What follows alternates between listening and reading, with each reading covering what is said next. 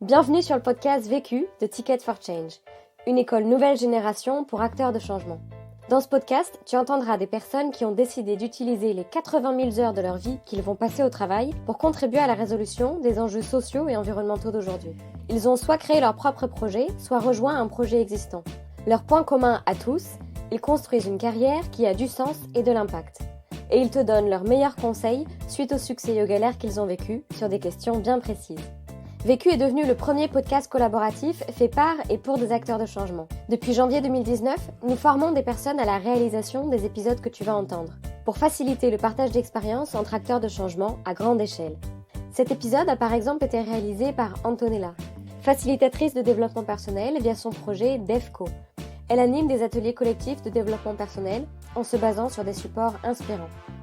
Et si tu apprécies ce podcast et que tu as envie de nous soutenir, tu peux nous laisser un commentaire 5 étoiles sur Apple Podcast. Ça permettra à d'autres de découvrir Vécu. On se retrouve jeudi prochain. En attendant, bonne écoute. Je n'ai qu'une question à vous poser. C'est quoi la question? C'est quoi le problème? Vécu. À chaque galère, des apprentissages. Vécu, des retours d'expérience pour gagner du temps et de l'énergie. Bonjour, je m'appelle Laura Jane Letier et je suis journaliste engagée. J'ai créé mon podcast Supplément d'âme fin 2018 dans lequel je donne la parole à des femmes et à des hommes engagés sur leur parcours professionnel et sur les causes qu'ils ou elles défendent, mais aussi sur leur parcours de vie pour comprendre à la fois les événements et en même temps les déclics qui les ont amenés à s'engager et à agir. Je fais partie de cette jeune génération qui a 5 jobs à la fois qu'on appelle les slashers.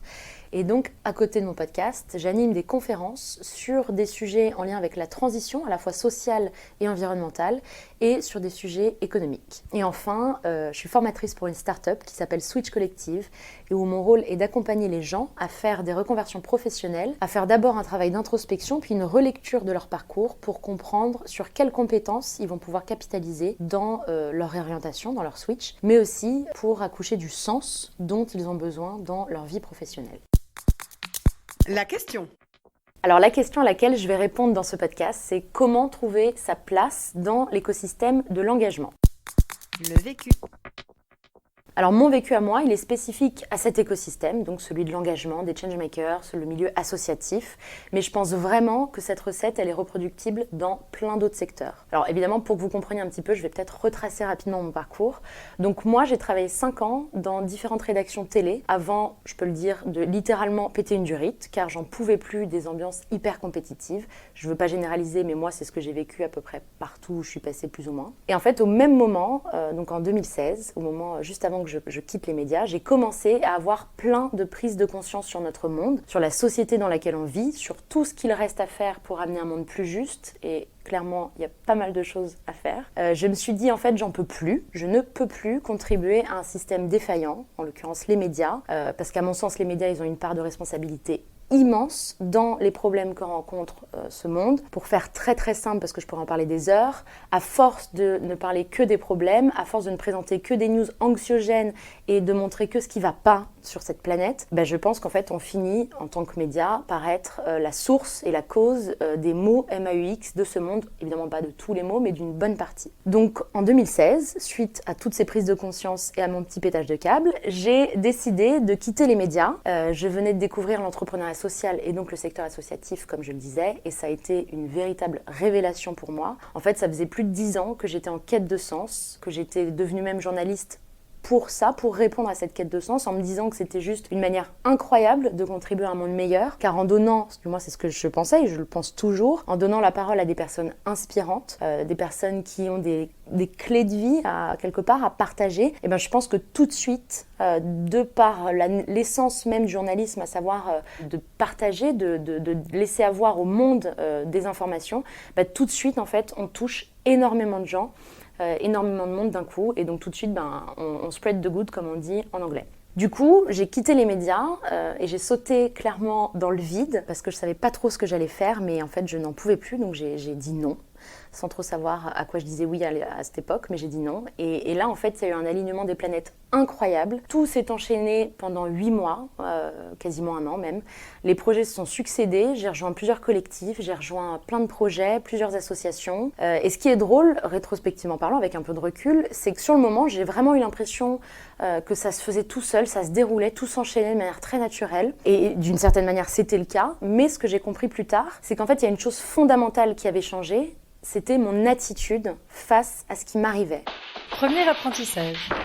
Mon premier apprentissage, c'est l'importance d'avoir un projet. En fait, d'avoir un projet, c'est ce qui donne un but, c'est ce qui va donner de l'énergie, c'est ce qui va nous mettre en mouvement et ça va nous donner une raison de se lever le matin. C'est ce qui fait que très concrètement, on va avancer vers un objectif. C'est le meilleur alibi pour oser aller à la rencontre des gens, car ça n'a pas du tout le même impact de demander du temps à quelqu'un juste parce qu'on se pose des questions, etc., ou de demander du temps à quelqu'un parce qu'on a envie de l'interviewer, par exemple, dans le cadre d'un projet, ou parce que ça s'inscrit, ça a du sens pour notre projet. Mon vécu, à titre d'exemple, c'est que donc moi, mon projet à l'époque, c'était de faire un documentaire sur des acteurs de changement, un peu comme le film Demain, évidemment sans me prendre pour Cyril Dion ou Mélanie Laurent. En fait, je savais pertinemment que le projet, il avait très peu de chances d'aboutir, parce que étant journaliste, je savais très bien la difficulté et l'ampleur de la tâche que représente le fait de faire un documentaire. Mais au fond, c'était pas tellement le sujet, car je sentais que ça allait me donner un objectif et que c'est ce qui allait me permettre de contacter les gens et de leur dire est-ce que tu aurais le temps pour un café.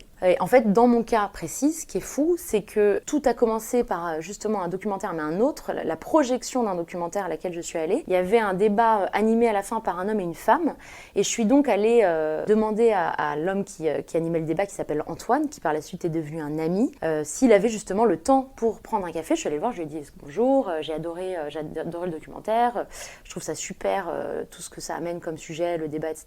Est-ce que vous auriez le temps qu'on se prenne un petit café parce que je suis moi-même en train d'écrire mon documentaire. Alors ce que j'adorais, c'est qu'il m'a dit texto, désolé, j'ai pas le temps, mais viens dans 2 semaines, on organise une soirée avec une asso, c'était pas très clair, mais viens, ça va être super. J'ai dit oui à sa proposition, j'y suis allée et c'est ce qui m'amène à mon deuxième apprentissage. Deuxième apprentissage.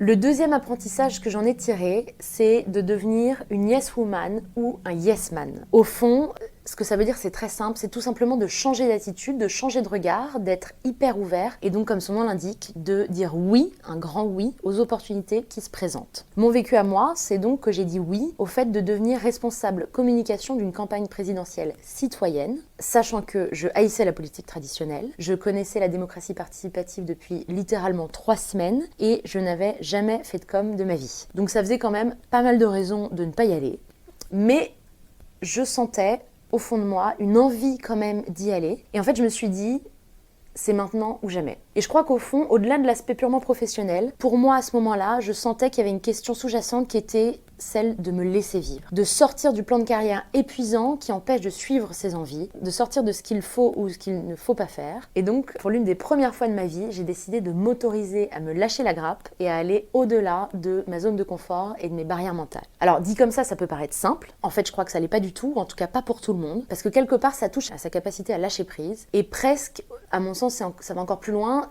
Pour moi, il s'agit presque de faire un reboot de son logiciel interne. Et donc, notre partie rationnelle, qui mesure le risque, elle va forcément venir nous titiller en nous disant « Non mais Micheline, t'as pété un câble, tu vas quand même pas lâcher ton CDI pour aller jouer au bénévole dans une asso où t'es même pas sûr que les sujets t'intéressent. » Et en soi, cette partie rationnelle, elle a en partie raison, mais le problème, c'est que elle est juste méga sclérosante. Et d'ailleurs, en fait, elle n'est pas toujours très rationnelle, car elle a quand même tendance, cette petite voilà-là, à toujours nous montrer les obstacles et les raisons de ne pas y aller, de ne pas quitter nos chaussons confortables. Si je vais plus loin, j'aurais même tendance à dire que le fait d'être rationnel, c'est ce qui nous empêche de vivre nos rêves. C'est notre chacal intérieur. Alors là, je fais appel à pour ceux et celles qui connaissent, à la communication non violente. Et pour celles et ceux qui ne connaissent pas, je vous invite vraiment à regarder ce que c'est. C'est, à mon sens, extrêmement éclairant. Cette petite voix-là qu'on a tous au fond de nous, c'est notre partie la moins noble, c'est celle qui fait qu'on est dans le jugement, soit des autres, soit de nous-mêmes. Et c'est ce qui nous met en face de nos peurs et de nos croyances limitantes presque en permanence. C'est le fameux enchaînement qu'on peut se répéter souvent. Non mais attends mon vieux, t'as une situation stable, qu'est-ce que tu veux de plus? Tu vas quand même pas te plaindre. Et puis en plus je te rappelle que t'as juste une famille et puis un emprunt sur le dos, donc tu vas quand même pas nous enquiquiner avec tes rêves.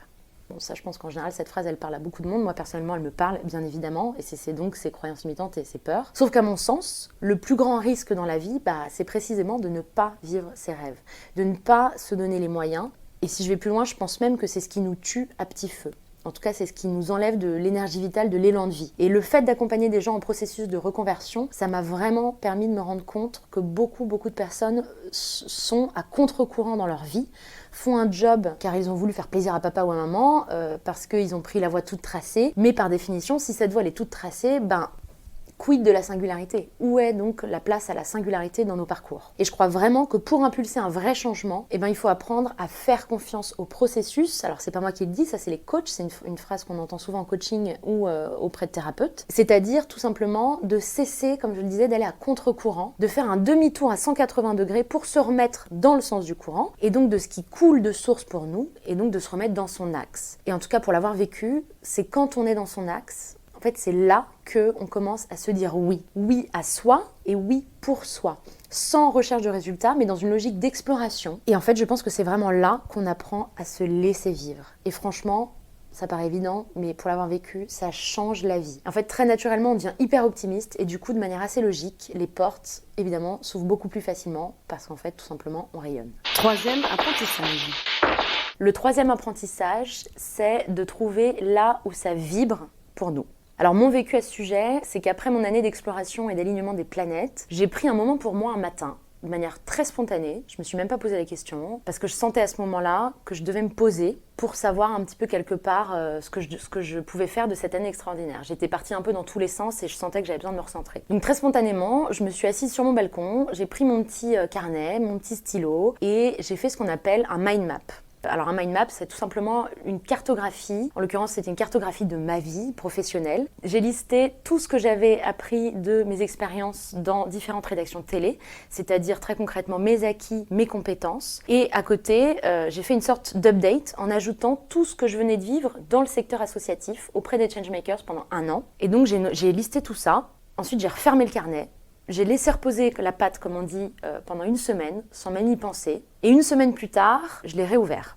Et là, c'est très simple, ça m'a sauté aux yeux. En fait, c'était évident. Mais parfois, j'en suis vraiment persuadée, c'est les plus grandes évidences qu'on voit justement pas du tout. Mais là, pour le coup, ce qui ressortait de manière très flagrante, c'était 2 choses. D'un côté, le journalisme, évidemment, et de l'autre côté, l'engagement. Et là, en fait, j'ai réfléchi 2 minutes et j'ai réalisé que j'adorais mon métier de journaliste, mais que j'avais été en souffrance dans les médias parce que le contexte ne me convenait pas. Et j'ai réalisé que j'étais quand même devenue sacrément engagée en 2 ans, car l'année d'avant aussi, le dernier média pour lequel je travaillais, je traitais de sujets en lien avec l'engagement. Donc ça faisait 2 ans que j'avais senti naître en moi tout un tas de convictions, que j'étais devenue très engagée sur plein de sujets, et surtout que je sentais que mon flow, ce qu'on appelle le flow, c'est-à-dire mon courant justement, mon attrait, mon intérêt allait clairement vers ces sujets-là, ces sujets en lien avec les causes sociétales et environnementales et donc avec ces sujets d'engagement. Et j'ai aussi réalisé qu'en fait, j'avais une chance extraordinaire car l'année que je venais de passer m'avait précisément permis de rencontrer toutes ces personnes-là et tous ces sujets-là et que donc quelque part la matière, elle était là vivante devant moi et qu'il n'y avait plus qu'à, entre guillemets, l'exploiter pour trouver un petit peu l'alliance des deux. Et donc après 7 ans de vie active, je commençais enfin à trouver mon endroit là où ça vibrait pour moi. Et en parallèle, j'ai aussi pris conscience d'un truc fondamental à mon sens, c'est du fait que ce qu'on a de plus précieux dans la vie, c'est tout simplement son temps. C'est son temps sur Terre qui, bien évidemment, est limité. Alors, je sais que c'est sûrement hyper bateau et évident ce que je dis, mais en fait, c'est tellement vrai et je pense que le jour où non seulement on comprend, mais en plus on intègre cette idée-là, du fait que le temps c'est ce qu'on a de plus précieux, en fait ça change tout. À titre personnel, c'est ce que j'ai vécu. Le jour où j'ai pris conscience au fond de ma mortalité, j'ai commencé à vraiment vivre et du coup à oser. Parce qu'en fait, quand on se dit, mais en fait, Ginette, t'as pas la vie devant toi, justement, et tu te dis, mais en fait, on s'en fout de l'échec, on s'en fout de tout, c'est pas grave.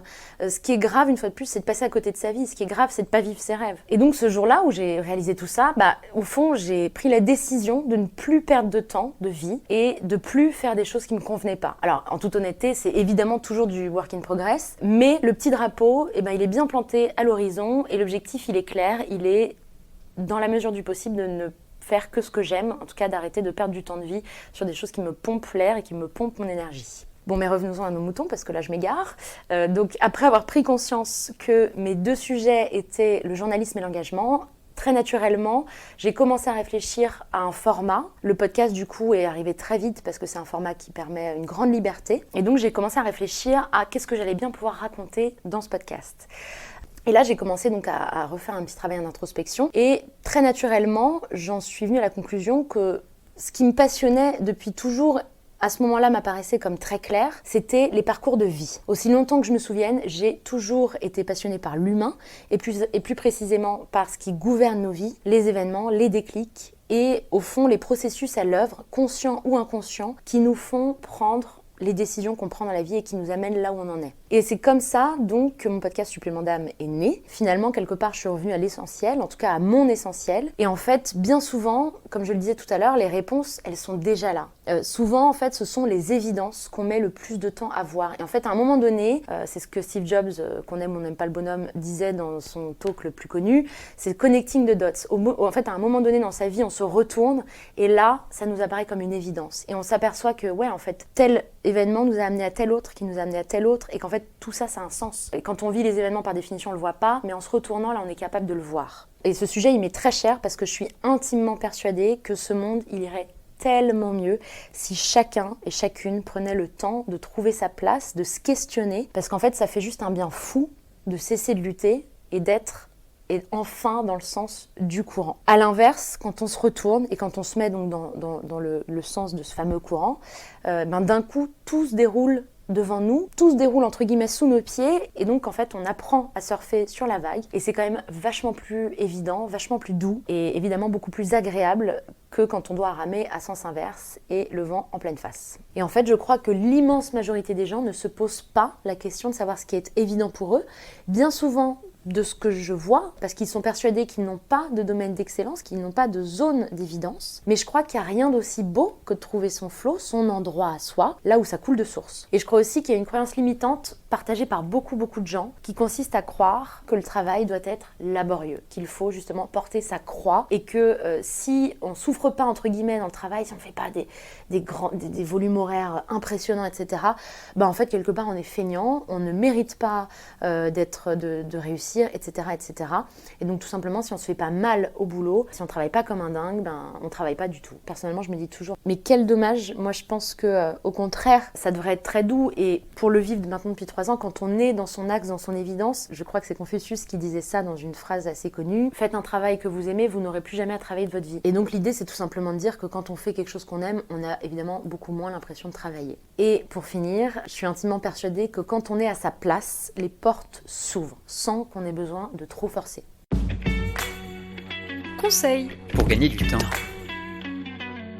Ce qui me fait gagner du temps, moi, c'est de suivre mon intuition. En fait, j'ai fini par réaliser que je ne faisais pas du tout partie des gens pour qui il était facile de prendre une décision. Je peux souvent passer des jours à me poser une question de je devrais y aller, pas y aller, oui, non, etc. En revanche, j'ai toujours eu beaucoup d'intuition et d'expérience, elle m'a quand même rarement, voire jamais laissé tomber. Donc j'ai fini par apprendre à l'écouter, car au fond, je sais toujours ce qui sonne juste pour moi. Alors, je mets plus ou moins de temps à me l'avouer, je mets plus ou moins de temps à écouter cette intuition, mais le peu de fois que je ne l'ai pas écoutée, je me suis pris des retours de bâton tellement forts, j'ai payé un prix tellement cher, que j'ai fini par l'écouter et par surtout comprendre que c'est clairement mon meilleur allié. Conseil pour gagner de l'énergie. Alors, ce qui me fait gagner de l'énergie, ça va sûrement en faire rire certains et certaines, c'est de faire des siestes. Depuis que je suis à mon compte depuis 3 ans, je fais des siestes quasiment tous les jours et ça m'a littéralement changé la vie. Je ressors de ces 20 minutes top chrono de sieste et je suis boostée à bloc. L'autre question. Alors la question que je me pose en ce moment, c'est comment créer son audience quand on lance son projet. Avec mon podcast, je m'aperçois que c'est vraiment un enjeu important quand on lance un projet ou quand on crée du contenu. C'est même une question centrale. Donc même si je suis pas à plaindre et j'ai pas mal d'auditeurs et c'est trop chouette, donc ça m'intéresserait d'avoir un retour d'expérience sur cette question-là. Vu, Vécu. vaincu. Pour plus de vécu, clique vécu.org. Je voulais te dire, tu sais, on a tous nos petits problèmes. Vécu. Buy ticket for change.